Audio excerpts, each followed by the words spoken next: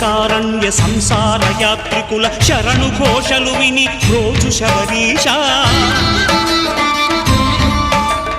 పాపాలు దోషాలు ప్రక్షాళనము చేయు పంపా నదీ తీర ఎరుమే నివాస నియమాల మాలతో సుగుణాల మెట్లపై నడిపించి కనిపించు అయ్యప్ప స్వామి మకర సంక్రాంతి సజ్జోతివై అరుదెంచి మహిమలను చూపించు మణికంఠ స్వామి కర్మబంధము బాపు ధర్మశాస్త్ర